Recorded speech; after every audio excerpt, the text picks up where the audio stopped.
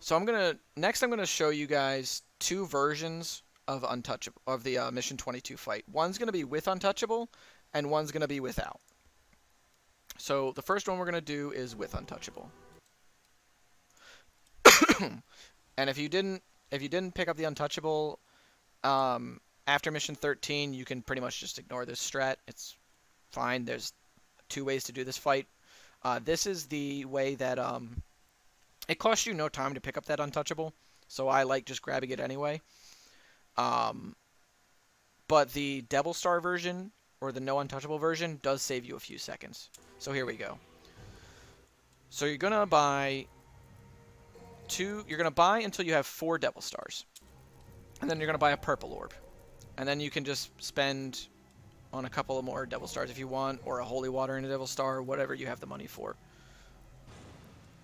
So stinger over to Mundus, and you can see I started stingering even before the white had faded from the screen. You'll activate the fight, and then since your Devil Trigger is now full, the amount of damage that Puff the Dragon does, and that's, yes, his real name, it's confirmed, the amount of damage that Puff the Dragon does is determined by the amount of Devil Trigger runes you have filled. So in this version of the fight, you use a 7-rune version and then a couple, or I think, yeah, 3 5-rune versions, because Devil Star refills 5 runes. So there's the 7-rune there's the 7-rune attack. You're gonna go and use a Devil Star. Second attack.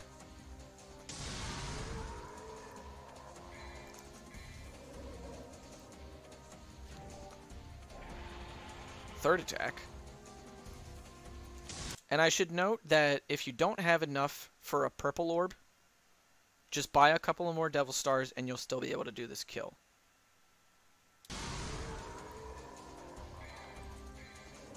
And then final attack.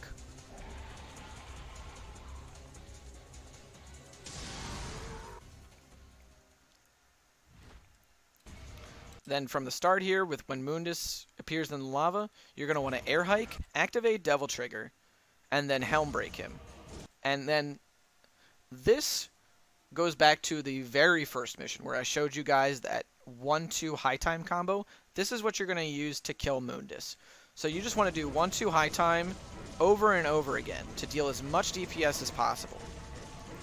Once you see your Devil Trigger start to run low, you're going to want to activate your Untouchable. And now you're invincible. And then you can just continue the fight as normal. And then that is the Mundus kill with Untouchable. And then Dante fills Trish's Dark Soul with light.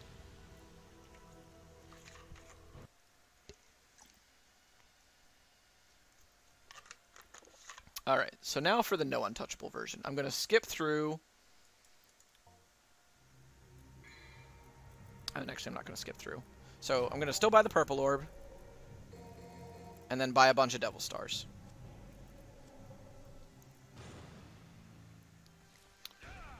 Same thing here. This is pretty much the same thing. You're just going to refill your Devil's Trigger, activate that, boom, boom. Yada, yada, yada. Now, here's the difference. And this is how you're going to save a few seconds.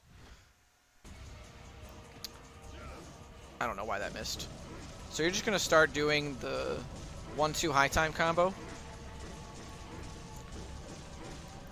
Once your Devil's Trigger starts getting low, you're going to use another Devil Star.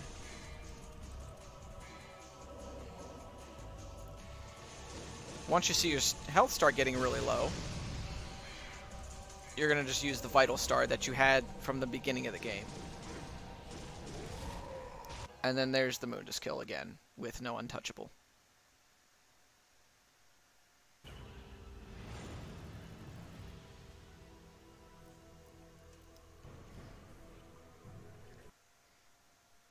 Alright, so, who's ready for the final mission of the game? Why does it save time? Because The untouchable animation that Dante does is similar to the holy water animation. It's actually the same exact animation. And he has recovery frames on using the untouchable.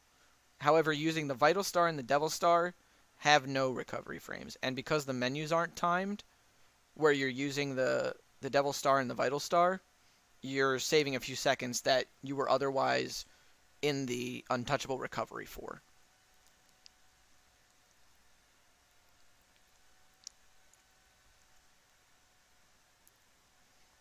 Yeah, menu is not timed by IGT.